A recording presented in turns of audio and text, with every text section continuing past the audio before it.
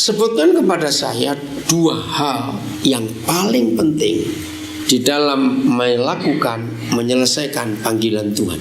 Dua hal yang paling penting. Jangan takut salah. Taat, setia. Sudah, setia. Kamu bilang apa tadi?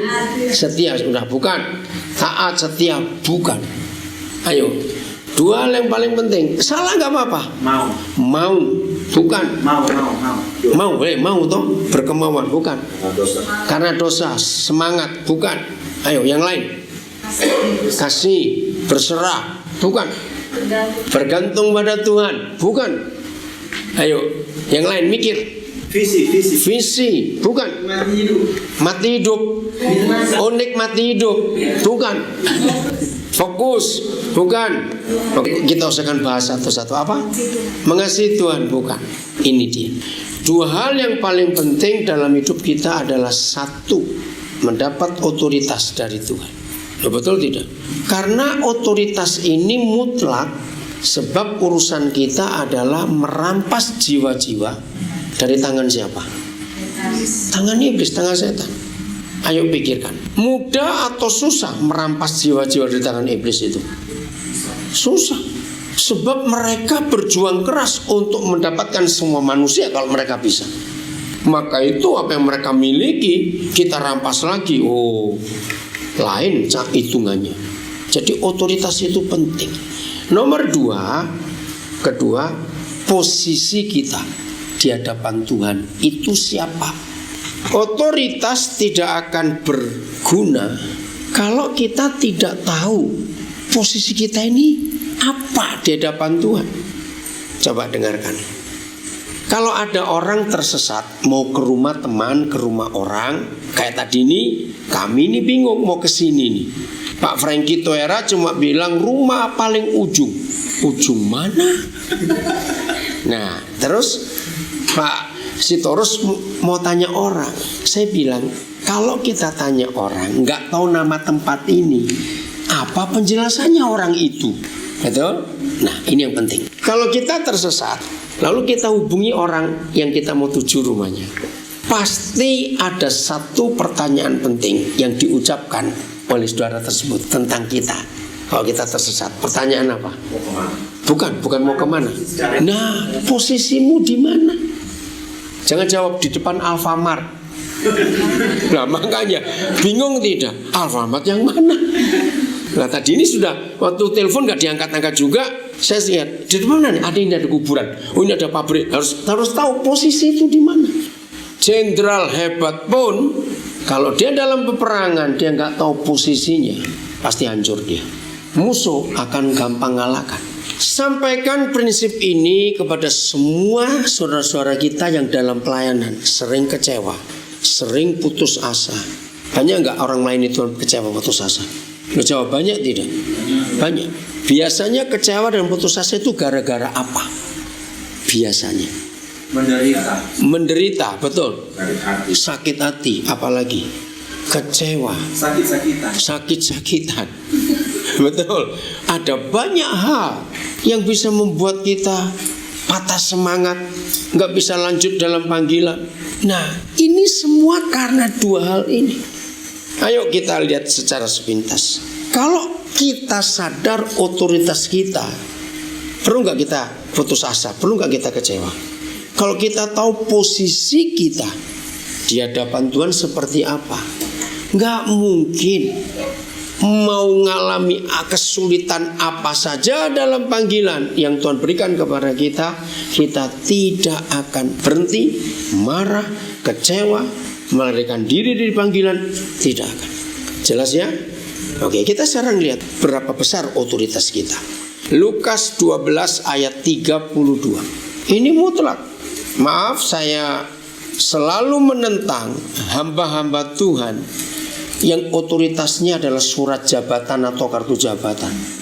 Jangan sibuk dengan barang itu, sebab setan gak bisa baca. Betul tidak? Saudara mau bawa surat dari gereja, kartu jabatan gereja hebat sekalipun, masuk dalam ladang pelayanan, itu bukan otoritas yang ditakuti iblis. Itu otoritas supaya FPI gak macam-macam gitu aja sudah. Ngerti maksud saya? Tapi untuk menghadapi roh jahat yang memiliki jiwa-jiwa yang kita mau rampas itu, cukup nggak dengan otoritas jabatan gereja? Ayo jawab, cukup tidak? Nggak cukup. Itu nggak ada kuasa sama sekali. Oke, sudah dapat? Ayo kita baca sama-sama. Lukas 12:32. 1, 2, 3. Janganlah takut, hai kamu kawanan kecil, karena Bapamu telah berkenan memberikan kamu kerajaan itu. Siapa yang pertama kali hari ini baru tahu ada firman yang sehebat ini? Ini firman yang luar biasa. Coba kita pelan-pelan mikir. Sebetulnya mudah atau susah Papa di surga memberikan kerajaannya kepada kita? Mudah atau susah? Susah. Kita bajingan begini kok dikasih kerajaan. Enak saja mudah. Awas kamu ngomong.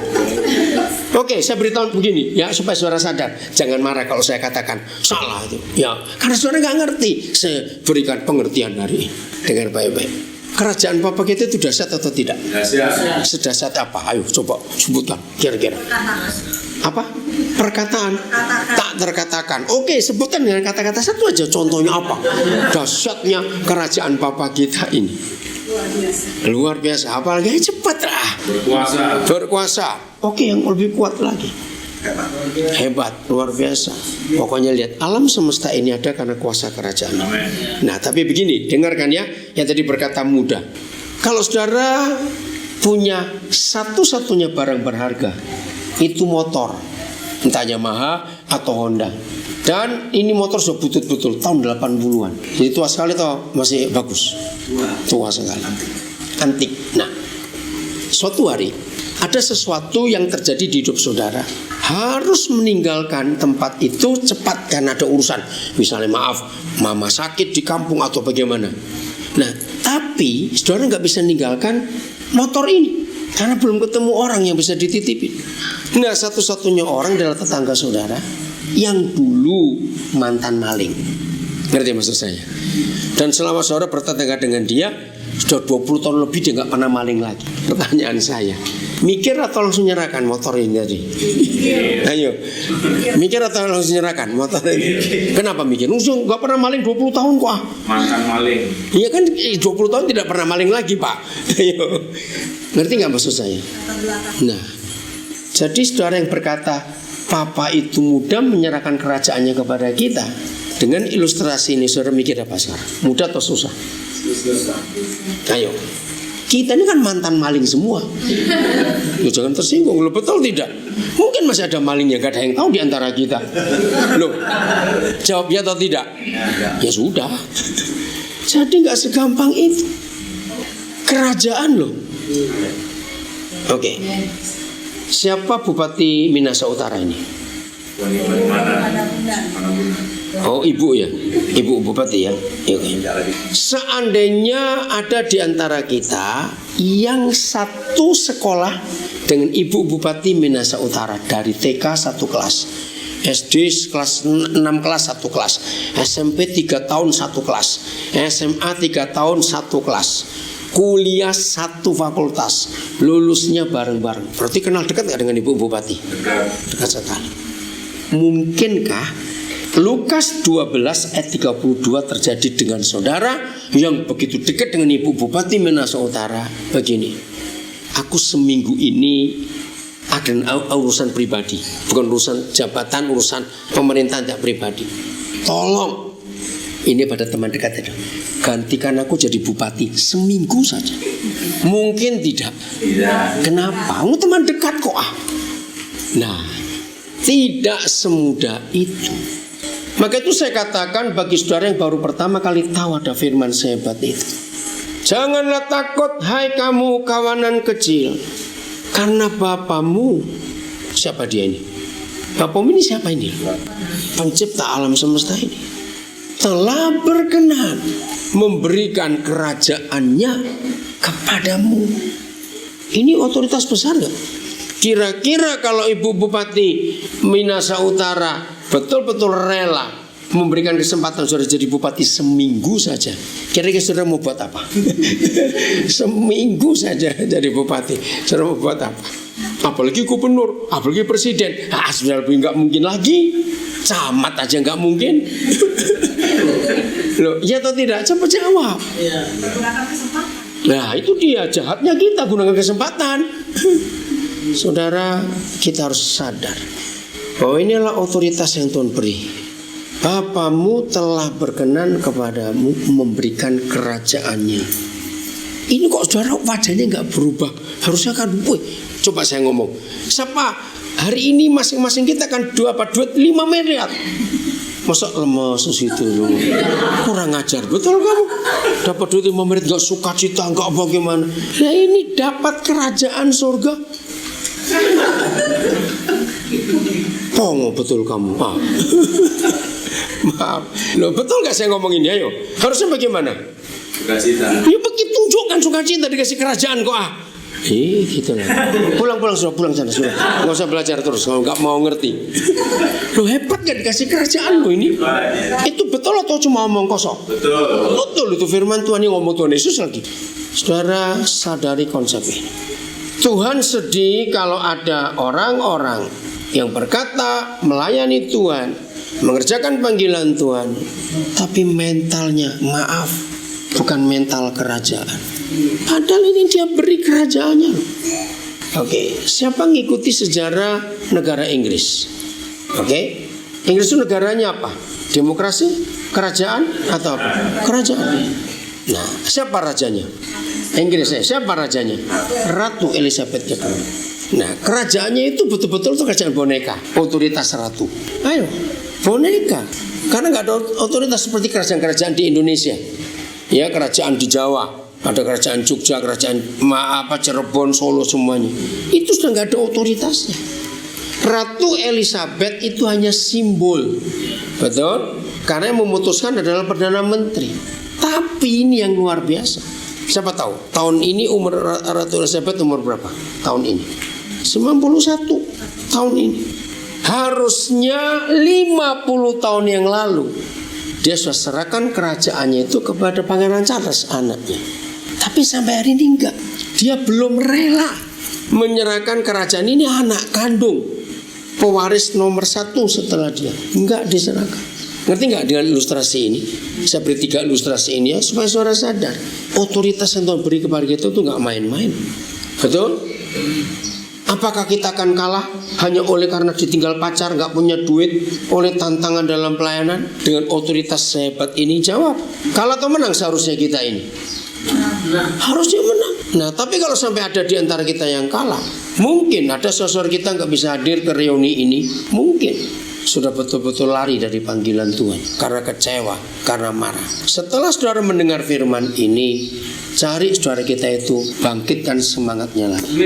Bahwa otoritas yang Tuhan beri belum pernah dicabut dari dia. Karena Tuhan gak pernah menyesal apa yang dia beri. Betul, dia gak pernah menyesal. Ini yang luar biasa yang kita harus yakini dalam itu. Ayo jujur jawab. Setelah saudara tahu ada otoritas sehebat ini dalam panggilan hidup kita, seharusnya masih ada gak 1-2 hal, mau besar maupun kecil, yang bisa mengalahkan panggilan Tuhan dalam hidup kita, yang bisa menggagalkan panggilan Tuhan dalam hidup kita? Seharusnya ada atau tidak? Ayo jawab, seharusnya ada atau tidak? Ibu, seharusnya ada atau tidak? Coba saya tanya lagi. Sepengetahuan saudara, setelah kerajaan Tuhan kita yang begitu hebat, ada enggak otoritas lebih tinggi dari itu di alam semesta ini? Ayo jawab, tidak ada. Sekian tahun saya melayani Tuhan, ya saya cuma bercerita saja. Dari orang-orang yang masih hidup di Indonesia ini atau di dunia ini, yang memasukkan pelayanan Youth with Mission pertama kali ke Indonesia, salah satu adalah saya. Tahun 79 Youth with Mission masuk Indonesia tahun 79. Yang bawa masuk waktu itu 3 orang, Kalafi Muala, Tom Helles. Kalafi Muala dari Honolulu, Maui. Lalu Tom Helles dari Canberra. Gary Stephen itu dari Hong Kong. Itu tahun 79. Berapa rekan saya waktu itu sudah pada meninggal. Salah satu Om Kit Browning, dia orang Australia tapi penerjemah kita bahasa Madura. Lalu kedua Yeremia Rim sudah meninggal juga. Dan ada berapa lagi yang lain. Nah, saya tahu betul sejarahnya Youth Mission ini. Maka itu saya bisa cerita, selama sekian tahun saya menjadi hamba Tuhan. Ternyata senjata iblis yang paling mampu menghancurkan para pelayan Tuhan adalah hal ini tadi. Ketika nggak tahu otoritasnya dan nggak tahu posisinya. Oh, buat iblis kalau mereka tahu kita nggak sadar siapa kita, itu bahan hancurnya kita. Ngerti maksud saya? Iblis akan mencari orang-orang goblok seperti itu, akan ditandang ke sana, akan dijatuhkan dengan masalah uang, masalah seks, masalah ketakutan masa depan, masalah khawatir hidup. Catat, inilah hal-hal yang sangat mudah untuk menjatuhkan para hamba Tuhan sejak ribuan tahun yang lalu. Khawatir masa depan, betul tidak? Takut nanti makan apa, kerja pulang. Udah nggak lebih dari itu. Iblis menghancurkan rekan-rekan kita karena konsep ini. Kenapa? Karena kita nggak tahu otoritas kita. Kita nggak tahu posisi kita ada di mana. Oh, itu bahan untuk iblis hancurkan kita. Ayat berikut, Lukas 22 ayat 29. Saya kagum pada saudara kita Lukas. Kenapa hanya dia yang sempat mendengar Tuhan Yesus ngomong ini? Hebat. Lukas 22 ayat 29. Enggak? Kau ada masalah dengan rekaman? Enggak. Udah, ayo kita baca sama-sama. 1, 2, 3. Ayo ulang-ulang, ayo serempak. 1, 2, 3. Dan aku menentukan hak kerajaan bagi kamu, sama seperti Bapakku menentukannya bagiku. Ya, saudara nggak main-main. Kalau tadi di Lukas 12 ayat 32, janganlah takut hai kamu kawanan kecil. Kata lain adalah kita ini minoritas, betul tidak? Jangan takut walaupun minoritas, maka itu kita dibangkitkan. Walaupun minoritas tapi otoritas kita besar atau kecil? Besar. Dan tidak ada yang lebih tinggi dari otoritas itu. Jangan lupa itu. Nah, sekarang menjelang Tuhan Yesus mengakhiri perjalanan hidupnya di dunia, dia sampaikan hal yang lebih gila lagi. Gak usah pakai istilah itu. Apa yang gila? Aku menentukan. Apa kata lain menentukan? Cepat, apa kata lain menentukan? Menetapkan. Betul. Apa kata lain menetapkan? Memutuskan, mengesahkan. Saudara, di Indonesia kita kenal istilah SK, betul? SK Bupati, SK Gubernur. Itu kuat atau tidak? Kuat. Bahkan sangat kuat. Dengan SK itu saja kontraktor bisa dapat duit dari bank. Betul tidak? Cuma kertasannya. Nah, kalau SK Bupati, kenapa ada sesuatu? Kalau SK Bupati segitu kuatnya, SK Gubernur begitu kuatnya. Ini ada SK dari surga. Aku telah menentukan, memutuskan, mengesahkan, menetapkan. Apa yang ditetapkan untuk kita? Baca lagi cepat. Hak-hak kerajaan. Apa kata lain hak-hak kerajaan? Ayo, apa kata lain? Hak-hak kerajaan itu apa? Pewaris? Bukan. Ayo. Otoritas. Kuasa. Sebesar apa hak kerajaan yang dia berikan kepada kita? Cepat jawab, baca. Ayo, sebesar apa? Lu baca ayatnya. Sebesar apa hak kerajaan yang Tuhan? Ya, sama seperti yang Bapakku menentukannya bagiku. Tahu nggak arti kalimat ini? Artinya berarti otoritas kerajaan yang Tuhan Yesus pegang dengan yang diberikan kepada kita ada beda atau sama? Bangkit juara kok lemes lagi. Ini dahsyat. Hei, aduh, saya ini ngomong dengan siapa ya? Harusnya suara itu wah begitu loh, yang semangat sekali, betul? Yang di belakang, kenapa kamu melamun aja? Siapa namamu? Ini serius. Hei, awas kamu. Duduk depan ini, jangan keluar, duduk situ. Awas ya. Mikir siapa kamu? Mikir cewekmu? Hah? Awas. Saya kalau ngajar saya perhatikan orang, betul. Awas ya. Dengar apa tadi yang terakhir? Ngomong apa? Apa yang ditentukan buat diri kita semua? Otoritas, betul. Jadi semangat gak mendengar fakta ini? Ini baru 2 ayat, saudara. Oh, di Alkitab begitu banyak janji yang Tuhan berikan kepada kita. Dan ini sungguh luar biasa. nggak main-main. Oke? Mengerti sekarang? Siap? Siap apa ayo? Siap apa? Dia meraih menggunakan otoritas itu. Kira-kira ada setan yang berani nggak melawan otoritas ini? Jawab, ada yang berani nggak setan? Enggak. Apalagi sejak ini janji ini diberikan, ada bedanya sebelum Tuhan Yesus bangkit. Betul? Ada beda enggak setelah dia bangkit dan sebelum dia bangkit? Ada. Di mana bedanya? Ayo. Bedanya adalah waktu dia bangkit, Tuhan mana gak kesana karena ngerekam dia lah gitu. Enggak lu, ayo, bukan kamu. Betul. Setelah Yesus bangkit, itulah kekalahan total dari iblis. Betul? Jadi beda. Di Lukas 12, Lukas 22, iblis belum dikalahkan waktu Tuhan Yesus ngomong itu. Jadi iblis masih punya kuasa. Tapi setelah dia bangkit, iblis kalah total. Berarti otoritas itu lebih ditakuti iblis daripada sebelum dia Yesus bangkit. Ngerti maksud saya? Nah, sekali lagi, yakinkan diri saudara. Ada nggak bisa mengalahkan panggilan Tuhan dalam hidup kita? Yang lain jawab, ada nggak yang bisa mengalahkan panggilan Tuhan dalam hidup kita? Tidak ada. Sedahsyat itu. Maka itu mulai hari ini jadilah pemenang. Amin. Kenapa jadi pemenang? Jawabannya, ya karena memang sudah menang. Kapan kita menang? Sejak kita belum lahir. Loh, kok aneh belum lahir sudah menang? Ya karena Tuhan Yesus memenangkan itu semuanya dulu. Dan kita tinggal jalani saja. Ini yang Tuhan ingin dalam hidup kita. Otoritas ini jangan lupa. Nah, sekarang kita lihat bagaimana cara otoritas ini bekerja. Kita harus tahu. Yohanes 17 ayat 8. Yohanes 17 ayat 8. Inilah cara otoritas itu bekerja. Kamu gak nyatet? Oh gitu. Harus nyatet ya. Enggak dengar rekamannya. Yohanes 17 ayat 8. Udah? Ya, saya tunggu yang lain. Buka Alkitab saudara, lalu kita baca sama-sama. Bagaimana otoritas itu bekerja, lewat apa? Maaf, selama ini banyak gereja mengajarkannya lewat doa. Salah. Akhirnya banyak pendoa yang sombongnya luar biasa. Oi, aku punya otoritas.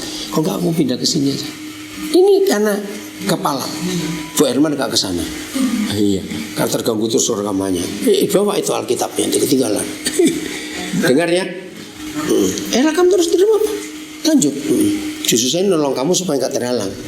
Para pendoa salah menggunakan otoritas. Salahnya di mana? Mereka suka teriak-teriak dalam nama Yesus, buat peperangan rohani, keliling, terus pakai semprotan minyak apa. Itu kalau setan lihat itu dia tertawa geli betul. Itu kan kayak main pistol air gitu, cepret-cepret aja gitu. Salah besar, itu salah besar. Otoritas bukan di benda, katakan amin. Bukan. Ingat, Tuhan tidak pernah memberi kita benda apapun juga, kecuali taat pribadi itu yang pakai benda-benda. Dimas Kanjeng.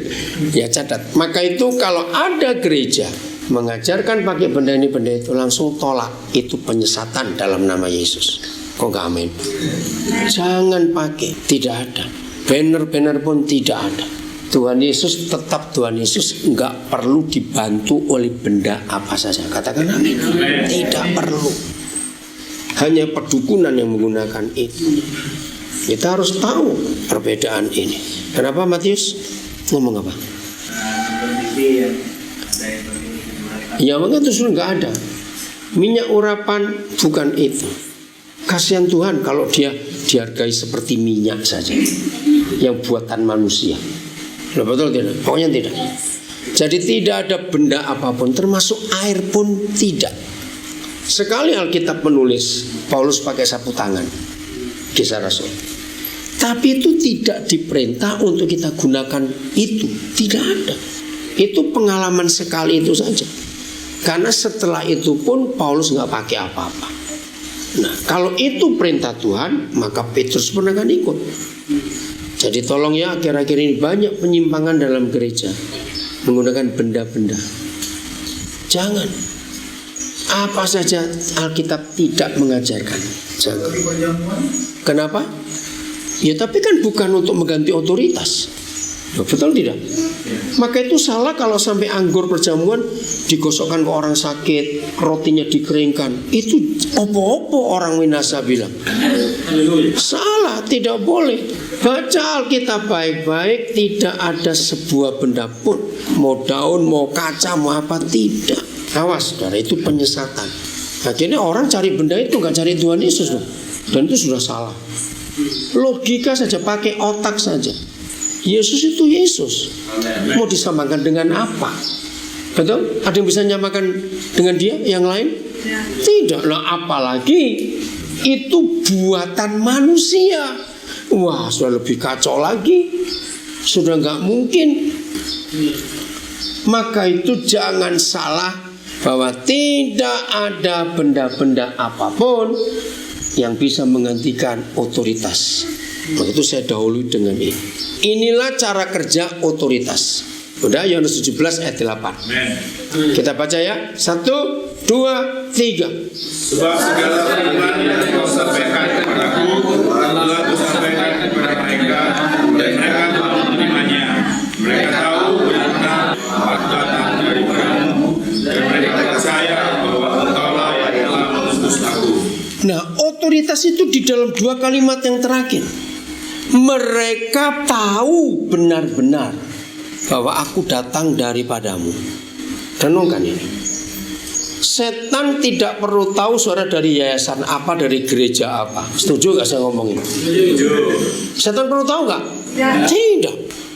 Tapi setan harus tahu saudara dan saya diutus siapa, datang dari siapa. Ini yang penting.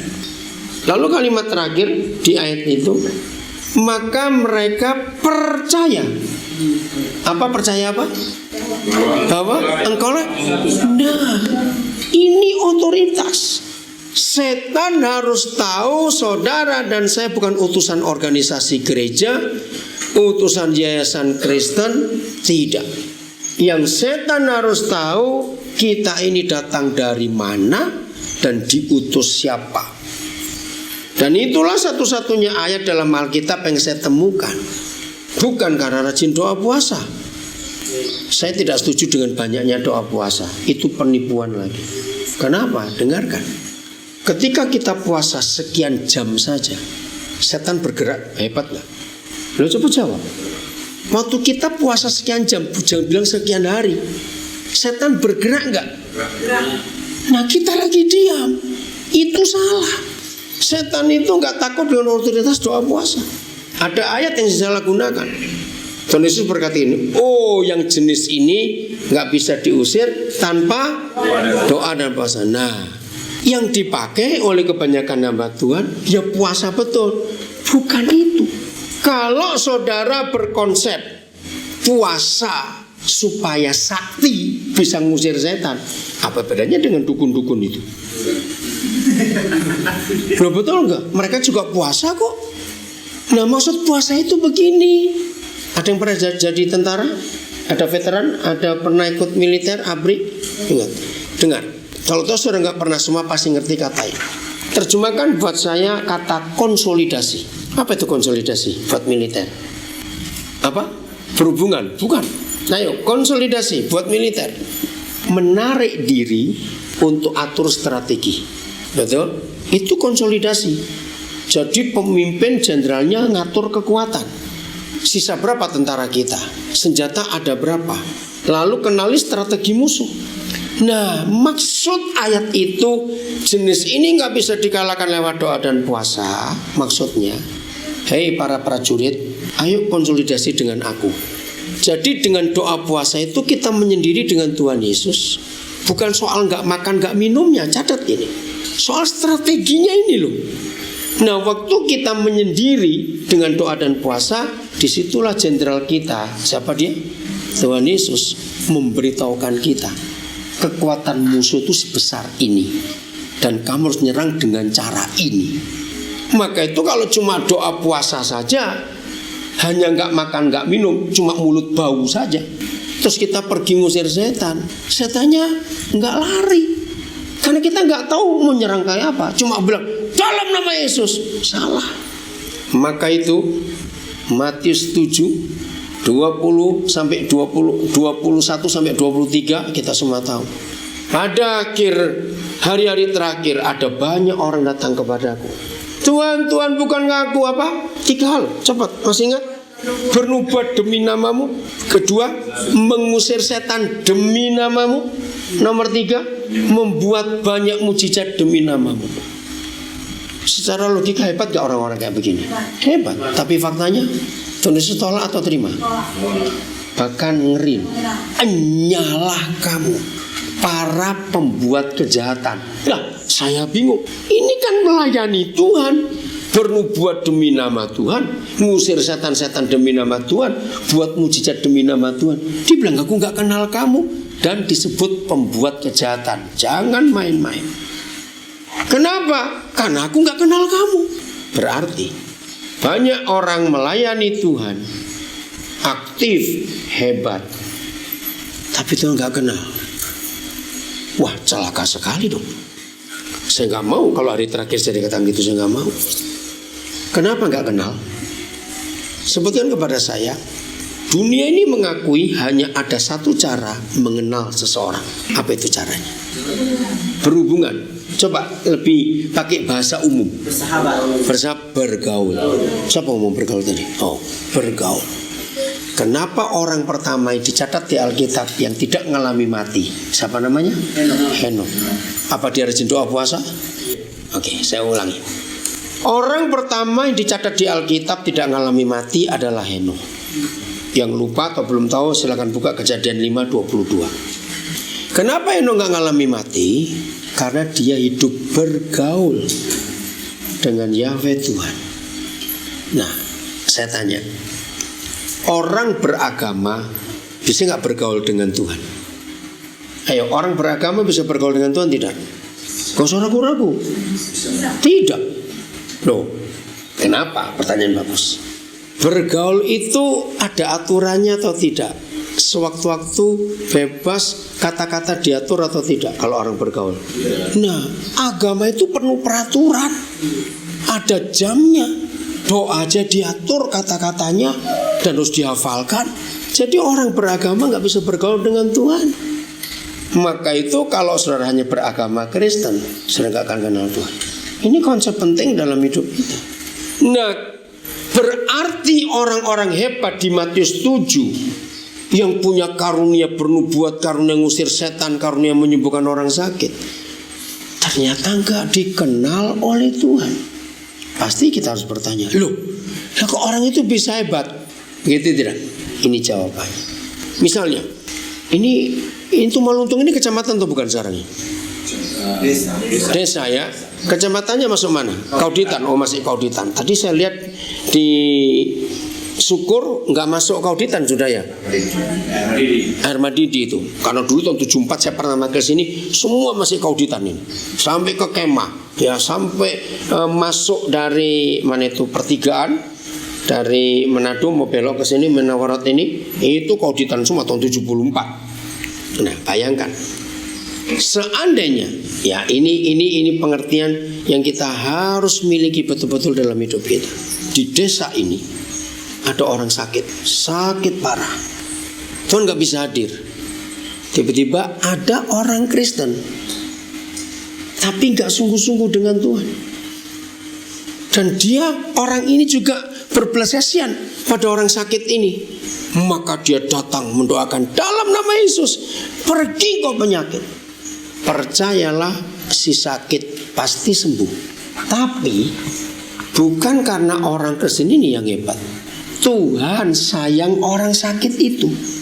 Dan karena tidak ada orang lain di desa ini, cuma ada yang satu ini. Ngerti maksudnya? Ada 2 contoh di Alkitab. 1, masih ingat Bileam ditegur oleh siapa? Keledai. Kenapa keledai bisa bicara? Karena nggak ada yang lain di situ. Cuma ada keledai itu saja. Maka itu jangan berkata keledai itu hebat. Tidak hebat. Setelah itu nggak bisa ngomong lagi kok dia. Betul? Kalau dia hebat berarti dia akan ngomong terus. Tidak. Nah ini loh. Maka itu kalau kita dipakai Tuhan jangan sombong. Bukan karena kita hebat. Karena di situ ada orang perlu Tuhan, nggak ada alatnya. Kebetulan kita Kristen bengkok di situ. Ngerti istilah ini? Yang bengkok pun dipakai. Karena begini kata Tuhan Yesus, kalau kamu nggak mau memuji aku, nah, apakah batunya hebat? Tidak. Kenapa kok batunya bisa memuji? Nggak ada yang lain. Jadi jangan sombong kalau kita punya karunia. Itu milik Tuhan. Amin. Dan contoh yang paling dahsyat adalah hidup Musa. Catat itu. Maka itu jangan salah ngerti. Saya marah kepada orang Kristen hobinya doa puasa supaya kelihatan sakti. Saya banyak omong dengan saya lagi berdiam diri. Wih, keren. Pernah nggak ketemu orang seperti itu? Oh, saya akan ledek dia bisa-bisa. Apakah dengan kurangnya ngomong kamu lebih berkuasa? Nanti kita akan lihat. Kita belum selesai Yohanes 17 ayat 8. Itu firman luar biasa. Apa sih kesalahan Musa sehingga dia dihukum gak boleh masuk Kanaan? Masih ingat? Marah. Waktu apa? Iya. Kenapa hanya mukul saja Tuhan salahkan? Tidak taat. Dalam hal apa Musa tidak taat? Ayo ingat. Ini contoh, ini kasus penting. Karena apa yang terjadi dengan Musa bisa terjadi dengan kita. Kita bisa emosi tidak? Oh bisa. Maka itu apalagi suka makan babi itu emosinya pasti tinggi ini. Kita bisa emosi. Maka itu waktu saya belajar tentang Musa saya itu takut. Papa ajari saya supaya saya nggak sampai seperti Musa. Saya takut kalau saya sampai dihukum seperti Musa. Apa yang buat dia nggak taat? Nggak taatnya karena apa? Kenapa? Satu kali? Bukan satu kali, dua kali bukan. Dia hanya suruh berkata tentang. Nah, ini masalah.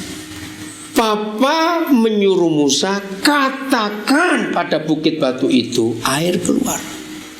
Ayo kita renungkan. Waktu Musa marah, dia itu marah kepada siapa? Bukan pada Tuhan. Nah, dia itu marah pada bangsa Israel. Yang sebenarnya dia sedang bela Tuhan. Loh betul tidak? Loh jawab, renungkan. Kemarahan Musa itu membela Tuhan. Maka itu saya mikir seharusnya Tuhan kan berterima kasih Tuhan. Karena Tuhan dibelain oleh Musa karena bangsa itu kurang ajar. Maka itu kalau belajar Alkitab sering beri banyak pertanyaan kepada Tuhan. Bagi saudara yang baru kenal saya sekali ini, lihat cara saya ngajar. Saya selalu banyak memberi pertanyaan supaya saudara juga terstimulasi pikiran ini. Jadi berpikir. Maka itu kalau saya ngajar, saya selalu memberikan banyak pertanyaan. Sebab seperti itu papa saya ngajar saya membaca firman-Nya. Tanyakan kenapa begini, kenapa bisa begitu, lalu bagaimana selanjutnya. Itu menarik sekali. Nah, logika yang saya pakai ini bukan logika teolog. Di teologi nggak ada banyak pertanyaan. Logika yang saya pakai logika anak-anak. Anak-anak banyak tanya nggak? Ini apa? Kenapa begitu? Terus apa? Apa itu? Nah itu logika yang saya pakai. Maaf, saya cuma cerita kemuliaan buat Tuhan. Maka itu kalau saya ngajar, ayat sesulit apapun bisa gampang dimengerti. Karena saya pakai logika anak-anak. Nah maaf, saya tahu di ruangan ini karena saudara hamba Tuhan pasti sudah sering baca Lukas 12:32, Lukas 22:29, pasti sudah sering bukan? Tapi faktanya, kenapa hari saudara bisa ketemu hal yang baru? Karena saya tanya, kenapa begini, kenapa begitu? Dan Papa hidupkan firman itu. Nah sekarang kasus Musa. Bukankah dia membela Tuhan dengan kemarahan itu? Kenapa Tuhan marah? Nah ini rahasia. Kalau Musa tidak dididik, dia bisa satu kali bisa salah gunakan tongkat itu tidak? Coba, kalau kita jadi Musa, kan Tuhan perintahkan katakan Musa, gunung batu itu akan keluar air. Tapi karena dia emosi, pukul, air keluar tidak? Nah, kira-kira Musa merasa apa? Bukan sombong. Wih, hebat ya tongkat ini. Aku pukul aja keluar air itu. Nah, ini bahaya. Ketika hamba-hamba Tuhan, pelayan Tuhan merasa hebat karunia-Nya, merasa milik sendiri, ini bahaya besar. Kalau Musa nggak diajar hari itu, bayangkan, suatu hari Musa bisa emosi lagi tidak pada bangsa itu? Ayo, bisa emosi lagi tidak? Bisa.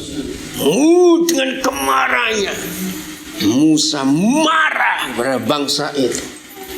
Kita tahu kepengana. Lo bisa nggak Musa seperti itu? Lo bisa nggak? Nah, itu yang Tuhan tidak mau. Jadi jangan salah. Kalau Tuhan suruh kita A, lakukan A. Nah, ilustrasinya begini. Dengarkan. Saudara manajer di suatu perusahaan. Ya, saudara manajer suatu perusahaan. Hari itu saudara memberi perintah pada salah satu anak buah. Dan waktu perintah saudara berikan pada si A, yang lain dengar. Ternyata si A tidak melakukan seperti yang saudara perintahkan, tapi dia melakukan hal sebaliknya. Kalau saudara diam, tidak tegur anak buah ini, bagaimana reaksi yang lain? Berontak. Bukan berontak. Bisa ikut, bisa tidak menghormati. Nah, ketika Yahweh Tuhan bicara kepada Musa, suruh katakan, itu ada yang dengar, tapi Musa melanggar. Maka itu kesalahan kecil itu harus dihukum, supaya dia nggak salah gunakan otoritas yang Tuhan beri kepada dia. Ngerti sekarang? Ini penting sekali. Tapi kalau kita lihat perjanjian baru, Matius 16 misalnya, ternyata Musa masuk Kanaan. Betul? Kapan? Waktu Tuhan Yesus dimuliakan di atas gunung, yang datang siapa? Nah, gunung itu ada di mana? Di Kanaan. Jadi Musa masuk, walaupun dalam rohnya. Itulah keadilan Tuhan. Saudara, maka itu belajar firman itu dengan betul. Ya, jadi jangan gunakan doa puasa untuk menyatakan otoritas. Salah. Saya ulangi lagi, otoritas tidak ada dalam benda. Ya, otoritas ada dalam firman. Ya, kenapa Pak? Kalau yang di dalam Yakobus itu tentang minyak itu bagaimana? Ya, itu kan kejadian saat itu. Saya tanya, sering nggak saudara lihat hamba-hamba Tuhan doakan pakai minyak? Ya. Maaf. Lebih banyak terjadi mujizat atau tidak? Loh, kok saudara ragu-ragu? Tidak. Nah, ini buktinya. Walaupun Yakobus 5 menuliskan, apabila ada yang sakit, panggil penatua jemaat dan mendoakan ngolesi dengan minyak. Kita lakukan. Tapi bukan minyak itu yang menyembuhkan. Nama Yesus. Dan lagi sekali Tuhan Yesus gak pernah memberi perintah itu. Ini yang kita harus belajar. Kalau Roh Kudus suruh, lakukan. Ingat kejadian Kisah Rasul pasal 4. Bayang-bayang Petrus menyembuhkan orang sakit. Betul tidak? Tapi apakah ada dipakai kedua kali setelah itu? Tidak. Nah, ini yang Roh Kudus ajarkan kepada kita. Semua mujizat dalam seluruh Alkitab, catat, kalau saudara setuju katakan ya. Semua mujizat dalam seluruh Alkitab tidak pernah terulang kedua kali dengan cara yang sama. Jawab, iya atau tidak? Ini penting diketahui. Kenapa? Ini masalahnya. Kalau sampai 2 kali sapu tangan itu terjadi, itu jadi jimat, jadi opo-opo, apa-apa pakai sapu tangan. Kalau bayangan Petrus bisa menyembuhkan untuk kedua, ketiga, keempat kali, maka kita pun akan ikuti semua. Berarti kalau lagi menunggu ini gak bisa menyembuhkan orang karena gak ada bayangan. Loh, betul tidak? Loh, ya jawabnya atau tidak? Ini kan gak ada matahari. Nah, jadi kita harus belajar baik-baik. Maaf, Elia atau Elisa itu ya yang pernah nelungkup tidur di anak yang mati itu? Ayo, saya lupa. Ya salah satu lah, pokoknya saya lupa juga kan. Maaf. Apakah kita akan pakai cara itu sampai sekarang? Jadi ribut itu nanti. Loh, betul? Ingat waktu Tuhan Yesus menyembuhkan orang buta pakai ludah dan tanah. Wah, itu secara medis malah infeksi itu. Ada kotoran kuda, kotoran apa di situ. Apakah kita pakai cara yang sama kalau ada orang buta? Nah, ini hebatnya Alkitab. Semuanya hanya sekali-sekali terjadi, tidak boleh diulangi supaya tidak jadi metode. Sebab Roh Kudus itu sangat inovasi, inovator hebat. Percaya? Jadi berjalanlah bersama Roh Kudus, nggak usah pegang sesuatu, jalan. Ya, pokoknya otoritas tidak terjadi dengan benda, catat itu tidak. Lalu di mana? Kembali kalimat pertama ayat 8 Yohanes 17. Apa sih otoritas itu? Kenapa mereka itu bisa tahu Yesus ini dari mana dan diutus siapa? Karena kalimat yang pertama, segala firman yang telah aku terima. Baca dari, ulangi lagi, 1, 2, 3. Segala firman yang kau sampaikan kepadaku telah kusampaikan kepada mereka. Inilah otoritas itu. Waktu kita para rekan sekerja Kristus menyampaikan segala firman. Renungkan, kalau ada kata segala firman, berarti ada sebagian firman atau tidak? Ada. Contoh, Roma 15, Paulus menulis, semua yang kukerjakan itu menyampaikan Injil yang seutuhnya. Bahasa terjemahan lama, sepenuhnya. Maka itu ada gereja Betel, Injil sepenuh, gara-gara ayat itu. Nah, kalau ada Injil yang sepenuhnya, berarti ada Injil yang tidak penuh. Yudas 20 menulis, saudaraku yang kukasihi, aku nasihatkan kamu, bangunlah dirimu di atas dasar imanmu yang paling suci. Nah, kita harus belajar. Kalau ada iman yang paling suci, berarti ada iman yang suci, ada iman setengah suci, ada iman yang tidak suci, ada iman yang seperempat suci. Itu maksud ditulisnya. Maka kalau ada firman, segala firman yang kuterima daripadamu telah kusampaikan kepada mereka, maka itu mereka percaya. Hujan ya jemurannya ya, saya tunggu dulu. Coba jemurannya diambil. Udah pakai sandal siapa aja pinjam sudah situ.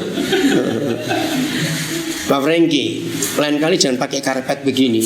Karpet ini sumber penyakit. Iya, debu semua, bakteri ngumpul di sini. Lebih baik pakai plastik yang bisa dicuci. Ya, anak-anak kecil yang tidur di sini bisa kena alergi. Ya, sudah mahal, bersihkannya susah, gatal lagi. Ya toh, tolong diganti. Kok nggak balik-balik banyak betul. Lebih ya, pause dulu ya. Karena bisa pause enggak? Bisa ya. Oke, kita tunggu. Break. Jangan sebentar lagi. Belum 1 jam, kurang 4 menit. Tunggu. Ya, berarti yang kedua nanti ya posisi kita bahas di sesi yang kedua. Kok lama ini? Jauh nggak jemurannya? Oh, di atas. Oh, makanya bocor ini ya. Di atasnya nggak ada atapnya. Ayo yang di atas cepat. Mau sebantuan jual aja nih pohon-pohon di situ. Mana dapat duit nanti itu? Pihak kan banyak-banyak. Jangan doa salah, duitnya nggak dari surga. Salah saudara, jangan minta uang dengan doa itu salah. Karena surga nggak ada duit, duitnya di dunia semua kok. Yang di atas ayo. Dan mereka ngelipatnya lebih apa? Enggak ya? jangan pakai Dimas Kanjeng. Kok belum satu pun muncul? Oh, di bawah. Ya. Ya. Sudah langsung lanjut ya, tolong sampaikan. Oke, lanjut lagi. Sudah? Kor. Jadi kalau Yesus berkata segala firman yang telah ku dengar, yang telah ku terima dari Bapakku itu aku sampaikan kepadamu, berarti ada sebagian firman. Nah, saya cari di Alkitab. Apa itu sebagian firman? Doktrin. Doktrin gereja itu sebagian firman. Kenapa saya berkata begitu? Sebab masing-masing gereja punya doktrin sama atau beda? Beda. Nah, itu sebagian firman. Hasil dari sebagian firman adalah perpecahan. Sebab masing-masing berkata kami yang paling benar. Nah, kalau semua berkata yang paling benar, benar-benar yang mana? Nah, itulah sebagian firman. Ya, jadi kita harus merubah konsep ini. Ada Injil yang seutuhnya, berarti ada Injil sebagian. Imanmu yang paling suci, jadi ada iman yang tidak suci. Apa itu iman tidak suci? Mengimani sesuatu yang Tuhan tidak suruh.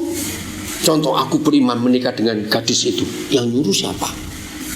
Nggak punya uang, ini pengajaran ngaco tahun 80-an. Saudara pengen mobil, nggak punya uang, nggak apa-apa. Masuk showroom mobil, putari mobil itu 7 kali. Pernah dengar nggak? Atau tumpang tangan dalam nama Yesus. Pernah dengar pengajaran seperti itu berapa tahun yang lalu? Nah ini iman tidak suci. Iman apaan? Garasi aja nggak punya, mau punya mobil. Ngerti nggak lu fakta ini? Nah jadi yang membuat iblis tahu kita punya otoritas, kalau kita dalam melayani menyampaikan segala firman yang pasti saudara tanya lagi, iman yang utuh itu apa? Firman yang utuh itu apa definisinya? Saya beri jawaban. Saya beri pertanyaan begini kepada saudara. Kalau ada seorang pria, dia menikah, berarti pangkatnya apa sekarang? Suami. Dengar ya. Ternyata setelah dia jadi suami, semua aspek kelakuan, cara hidup semua itu mewakili orang tuanya. Maka istrinya jadi apa? Ngerti gak ilustrasi ini? Coba mikir bapak. Kalau ada orang sudah menikah, berarti dia bersatu suami. Tapi selama dia jadi suami, dia itu cuma mewakili orang tuanya, tidak mewakili dia sebagai kepala keluarga. Maka istrinya jadi apa? Pembantu. Maaf, hamba Tuhan yang mewakili organisasinya, dia gak akan bisa menyampaikan segala firman. Sebab organisasinya punya tata gereja, punya peraturan, punya doktrin. Nah contoh paling bagus, Ahok gubernur DKI. Kenapa dia gak mau gabung partai waktu itu ya? Karena kalau pejabat mewakili partai, ternyata gak bisa murni melayani rakyat, karena ada kepentingan. Maka itu Ahok itu mendobrak. Jadi otoritas itu bekerja. Kalian buka lagi Yohanes 17 ayat 8. Karena ada kalimat segala firman yang telah ku dengar daripadamu, telah ku terima daripadamu, itu yang telah ku sampaikan. Yohanes 17 ayat 8 ya. Lihat. Nah ini buat otoritas. Karena kalau ada kata segala firman, berarti ada kata sebagian firman. Nah sebagian firman itu kita baru bahas tentang doktrin tadi ini. Kita mewakili siapa? Nah sejak adanya Ahok berani melawan, ternyata partai itu kejam. Maka itu Indonesia kacau balau. Karena ketika pejabat mewakili partai, dia jadi pelayan partai, bukan pelayan rakyat. Ngerti ya? Oke, sekarang kita buka satu ayat lagi. Yohanes 12 ayat 26. Segala firman.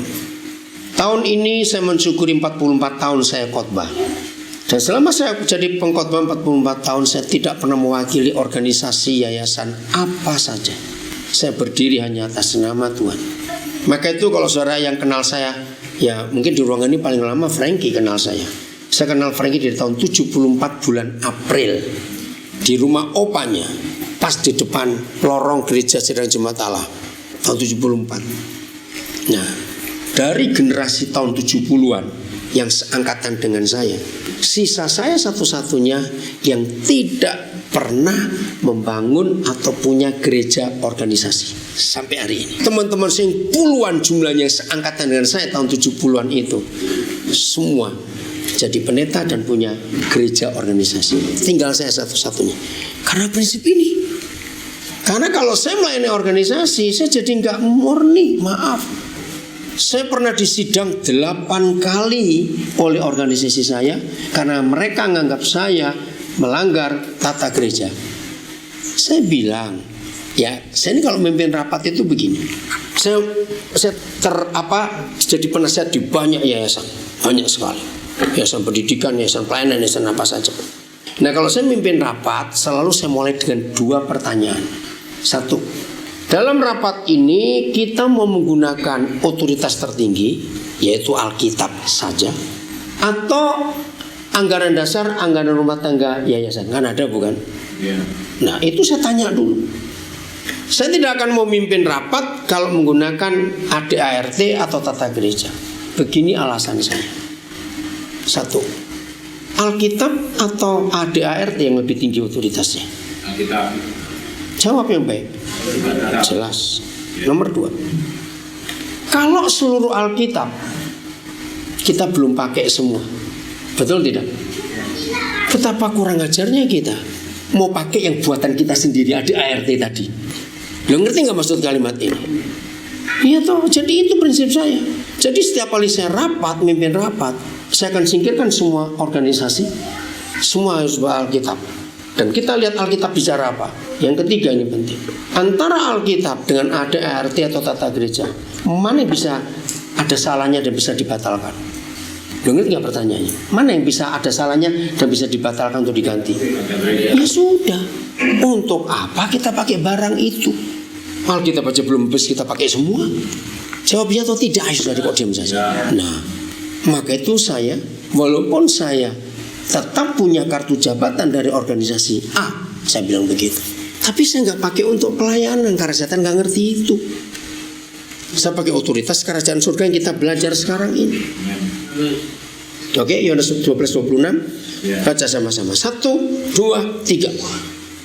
Barang siapa melayani aku, dia akan mengikut aku. Di mana aku berada, di situ pun pelayananku akan berada. Barang siapa melayani aku, dia akan menghormati Bapa. Saya tidak menemukan ayat lain di Alkitab tentang seorang hamba Tuhan yang benar di mata Tuhan kecuali Yohanes 12:26. Satu persatu kita bahas. Barang siapa melayani aku. Nah ini jelas. Hanya ada 3 hal yang terjadi pada orang yang betul-betul melayani Tuhan.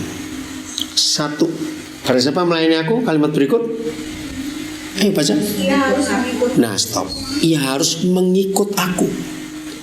Kalau saya pakai contoh Ahok, barang pejabatnya, barang siapa melayani partai harus ikut partainya. Ahok nggak mau. Dia ikut konstitusi, otoritas tertinggi negara ini. Itu beda. Dan yang kedua, dan di mana aku berada, akunya siapa? Tuhan Yesus seharusnya. Tapi kalau melayani partai dan di mana partai itu berada, maka si pelayan partai harus ikut. Yang ketiga, barang siapa melayani partai akan dihormati oleh ketua partainya. Jokowi jadi presiden 3 bulan, ribut dengan Ibu Megawati. Masih ingat kisah itu? Karena Ibu Mega mau dikte dia. Pak Jokowi bilang, saya ini abdi rakyat. Berani Pak Jokowi berkata. Nah sekarang saya mau ganti kalimat ini dengan ini. Ada 4 macam hamba Tuhan. Yang satu jelas hamba Tuhan yang hamba Yesus tadi itu, nggak usah dibahas. Kedua, hamba Tuhan yang hamba organisasi. Sama. Barang siapa melayani organisasi, ia harus ikut organisasi. Jadi bukan Tuhan menentukan. Misalnya Tuhan menyuruh hambanya ini ke Matungkas misalnya, tapi organisasi bilang ke Kota Mubagu. Walaupun sama-sama pelayanan, ini kita harus tahu. Ya harus ikut organisasi karena dia hamba organisasi. Dan di mana organisasi itu berada, disitulah pelayan organisasi akan berada. Dan barang siapa melayani organisasi, dia akan dihormati ketua sinode. Karena ini hamba yang loyal dan setia. Nomor 3, hamba uang. Ada enggak? Sama. Barang siapa melayani uang, ia harus ikut di mana uang itu ada. Betul tidak? Hamba Tuhan seperti itu selalu lihat dulu daerahnya minus atau kering atau basah. Banyak enggak seperti itu? Nah, dan barang siapa melayani uang, dia akan dihormati setan. Itu aja, karena setan itu uang kok. Betul? Nah yang keempat ini, jangan tertawa dong. Hamba istri. Ada tidak? Loh saya tanya, ada tidak? Ada. Saya kenal beberapa teman saya sebelum menikah luar biasa. Setelah menikah nggak ada apa-apanya, karena istrinya ngatur. Barang siapa melayani istri, teruskan. Loh apa? Ayo baca sendiri itu. Dia harus mengikut istri. Dan di mana istri itu berada, disitulah hamba istri itu ada. Dan barang siapa melayani istri akan dihormati papa mantu. Maaf, hari ini kita harus jujur pada diri kita sendiri. Kita ini hamba siapa? Ngeri saudara. Maka itu saya ulangi Matius 7, jangan dianggap enteng. Bukankah kami sudah bernubuat demi namamu, mengusir setan-setan demi namamu, buat banyak mujizat demi namamu? Hanyalah engkau para pembuat kejahatan, karena aku gak kenal engkau. Jadi kalau saudara lihat hamba-hamba Tuhan yang hebat-hebat itu, jangan kagum dulu. Saya beri rahasia ini. Saudara percaya nggak mimbar ini sandiwara, panggung sandiwara? Lo jawab. Nah, jangan sekali-kali melihat hamba Tuhan waktu pelayanan. Jangan, akan kecewa. Lihat hamba Tuhan dalam hidup sehari-hari. Dari dia belanja, dari dia makan, dari dia tidur, dari dia ngelipat baju, dari dia apa saja. Saya mungkin hamba Tuhan yang paling sedikit di dunia ini.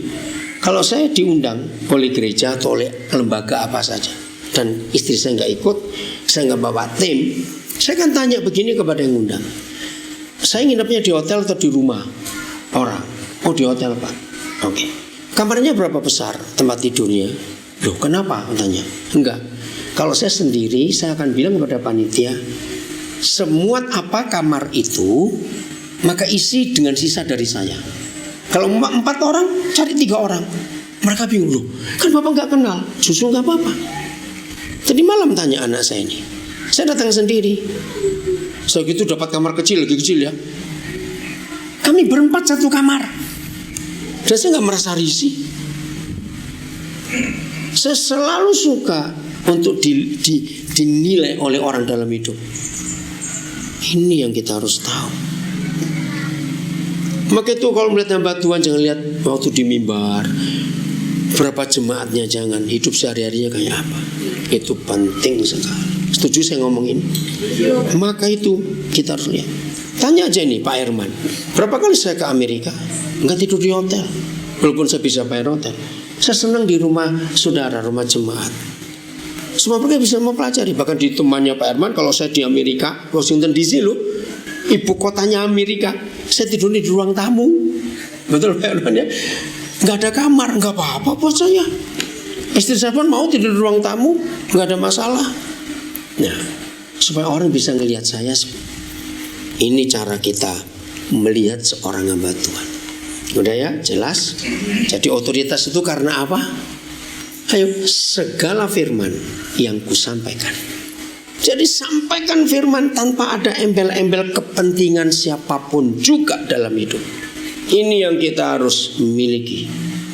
Oke, saya stop dulu. Ada yang mau tanya tentang otoritas? Nanti sesi kedua kita bahas tentang posisi. Ayo, ada lagi yang mau tanya? Silakan. Otoritas. Ayo, siapa aja boleh. Tadi Koden sampaikan. Oh, pakai mic Pak Jeff yang belakang. Iya, tadi Koden sampaikan otoritas tadi mengusir setan tidak boleh pakai nama Yesus, itu maksudnya bagaimana? Oh, nggak boleh pakai nama. Tadi saya salah. Coba ada yang dengar tadi saya bilang begitu? Apa yang saudara dengar tadi? Supaya gini, selain nama Yesus. Ya toh, betul begitu enggak? Jangan pakai benda-benda. Itu yang saya katakan. Iya, betul ya. Terima kasih Pak Jeffrey. Kalau enggak ini bisa jadi bahaya ini. Iya toh, bisa jadi bahaya. Enggak. Oke, makasih Pak Jeff. Yang lain silakan tanya. Enggak apa-apa. Pak Jeffrey tanya itu bagus supaya nolong kita yang lain toh. Terima kasih. Saya pun harus hati-hati supaya belajar. Ada lagi? Ya, silakan Pak. Ya. Oh, suara kencang. Tadi soal puasa. Ya. Bahwa dengan cara puasa kita tidak bisa mengusir setan kalau hanya dengan puasa. Tapi kan sebaiknya juga kita ada otoritas dari Tuhan yang kita berpuasa. Nah gini, oke, betul. Tapi kalau puasanya cuma nggak makan nggak minum Pak, nggak ada otoritas. Itu jadi dukun. Semua dukun yang puasa juga supaya dapat kesaktian. Oke, saya mau beri contoh. Puasa yang benar buat Papa di surga itu bukan soal nggak makan nggak minumnya, bukan. Maka itu seharusnya kalau saudara dan saya puasa itu nggak boleh keluar rumah, nggak boleh ada handphone, diam. Saya tunjukkan kebenarannya. Masih ingat waktu Musa naik ke Gunung Sinai terima hukum itu? Iya. Dia berapa hari puasa? Pertanyaannya, apakah Tuhan suruh dia puasa? Nah, nggak ada. Yahweh hanya bilang, Musa kamu naik. Musa nurut. Begitu dia naik, hadirat Tuhan menguasai dia. Walaupun nggak ada kalimat itu ayatnya, tapi saudara percaya nggak? Musa itu nggak sadar kalau sudah 40 hari 40 malam. Loh, betul nggak? Dia nggak sadar sampai wajahnya bersinar itu dia tahu tidak? Nggak tahu. Berarti 40 hari 40 malam itu Musa gak makan, gak tidur, gak berak, gak kencing, gak minum. 40 hari. Nah, dari situ saya menemukan kebenaran. Puasa yang benar itu begitu asiknya dengan Tuhan sampai lupa makan, lupa minum. Katakan amin. Jadi jangan didahului tidak makan. Maaf, nggak semua, tapi banyak orang Kristen begini. Gembala mengumumkan, saudara-saudara, hari Kamis depan kita puasa. Biasanya jemaat Rabu malam makan kenyang-kenyang. Ya atau tidak? Nah, terus diberitahu jam 4 kita buka. Hari itu nggak doa, cuma nggak makan, nggak minum. Jam 12 perut bunyi. Sabar 4 jam lagi. Wah, sibuk ini. Haus, aduh haus. Sabar. Teng jam 2. Tunggu 2 jam lagi. Maaf ya saudara, kurang 5 menit. Ngeliatin jam aja. Terus doanya cuma jadi makasih Tuhan kau usah puasa begini Tuhan. Teng 4 kali. Terima kasih Tuhan kau usah puasa hari ini. Ayo makan. Itu bukan puasa, itu mindahkan jam makan. Karena nggak dengar Tuhan ngomong apa. Mana ada otoritas? Ingat lagi sekali, otoritas pada segala firman yang ku dengar daripada. Jadi kalau saudara puasa nggak dengar firman, berarti nggak terima otoritas. Bukankah Kejadian 1 dan Yohanes 1 mengatakan semua diciptakan oleh firman? Itu otoritas kita. Sekarang buka Keluaran 25:22. Kalau saya sudah bacakan ayat ini dan masih ada suara nggak percaya, nggak apa-apa. Jangan dengarkan saya, lakukan bang saudara percaya, gitu aja sudah. Keluaran 25 ayat 22. Ayo baca 1, 2, 3. Ayo ulang yang lain. 1, 2, 3. Dan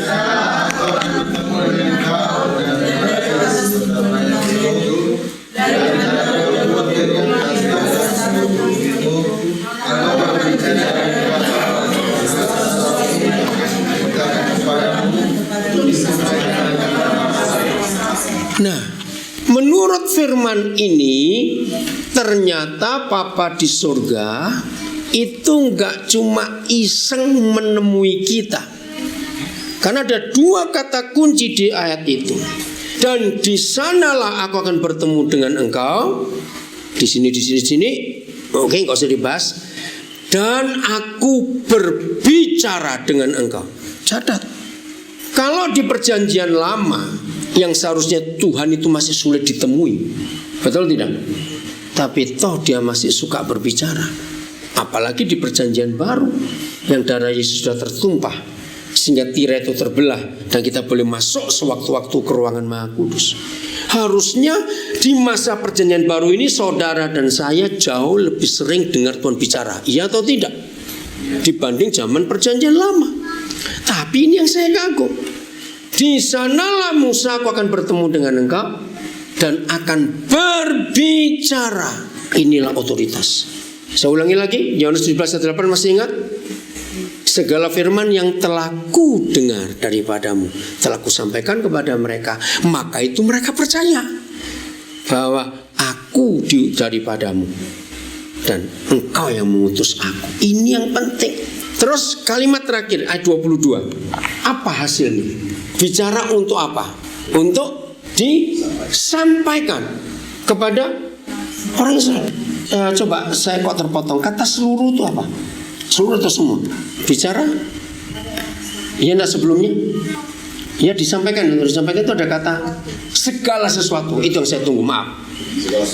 Nah, berbicara tentang segala sesuatu yang akan kau sampaikan kepada umat itu. Para hamba Tuhan, teman-teman saya para pengkhotbah, jangan pernah menyampaikan firman hanya karena keinginan kita tema apa, bagusnya khotbah apa. Salah. Biasakan mulai hari ini tiap kali kita mau ngajar, mau khotbah, masuk ke hadirat Tuhan dulu, tanya, Gembala Agung, domba-dombamu itu perlu makanan apa hari ini? Yang tahu dia. Kita para pelayan itu seperti pelayan restoran, hanya menyuguhkan. Yang tahu menu, yang keperluannya tahu, yang datang. Roh Kudus yang tukang masaknya, istilahnya begitu. Saya cuma nyuguhkan. Saya nggak boleh buat firman sendiri. Nah, ini pentingnya otoritas.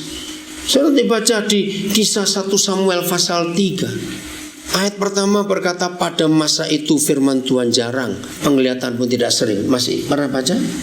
Padahal setiap Sabat Imam Eli masih khotbah. Di situ saya takut.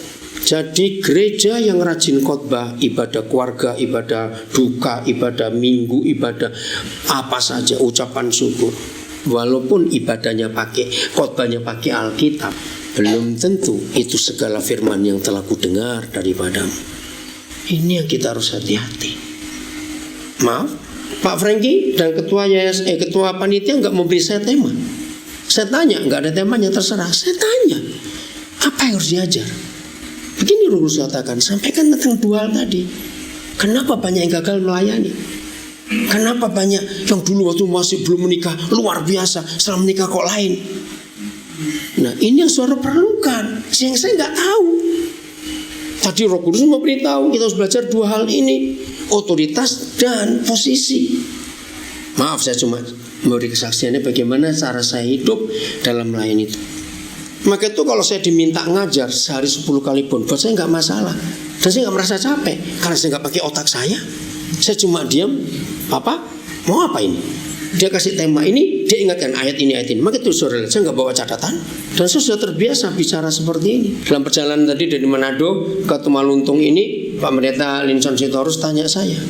Jadi saya ini sudah ngajar, maka itu cara saya ngajar saudara akan tahu. Nggak ada gaya pendeta. Sebab saya ngajar di polisi, di angkatan darat, di perusahaan-perusahaan, di pengajian-pengajian. Semuanya tema yang mereka minta, bahannya cuma Alkitab, nggak ada bahan lain. Dan ini caranya. Dan orang nggak bisa nolak, karena ini memang kebenaran. Jadi untuk bisa mendapat segala sesuatu yang harus kita sampaikan kepada manusia di luar itu, harus bergaul dengan Tuhan. Ketika kita bertemu dia bertemu kita, dia pasti berbicara. Saya tutup, nanti kita istirahat, masuk lagi. Satu hari kalau saudara telepon seseorang, saudara perlu sekali, jam 8 pagi. Ternyata dijawab oleh keluarganya, oh masih doa. Oh ya sudah, saudara sibuk-sibuk, jam 12 saudara telepon, masih doa juga. Keren. Jam 4 sore saudara telepon, masih doa juga. Jadi 8 jam bukan? Nah kita nggak tahu dia mulainya kapan, selesai kapan nggak tahu. Besok pagi kita telepon, dia jawab, wih doamu berapa jam? Itu dari pagi jam 6 sampai berapa selesai jam 6 sore, berarti 12 jam. Pertanyaannya begini, Tuhan bicara apa pada kamu? Enggak, itu kamu tidur gitu aja sudah. 12 jam dalam hadirat Tuhan, maksud Tuhan gak ngomong apa-apa? Nggak mungkin. Apalagi puasa berhari-hari dan Tuhan gak bicara, gak ada otoritas, saudara. Saya mau katakan lagi, otoritas bukan di dalam benda, bukan dalam aktivitas doa keliling, doa urapan, pakai banner, pakai ini. Maaf, otoritas ketika kita menyampaikan segala firman yang tanpa doktrin manusia manapun juga. Maka itu pertanyaan penting dalam hidup kita sebagai pelayan Tuhan adalah, sebelum saya tanya, jawab, saya beri pertanyaan, saya tanya yang lain.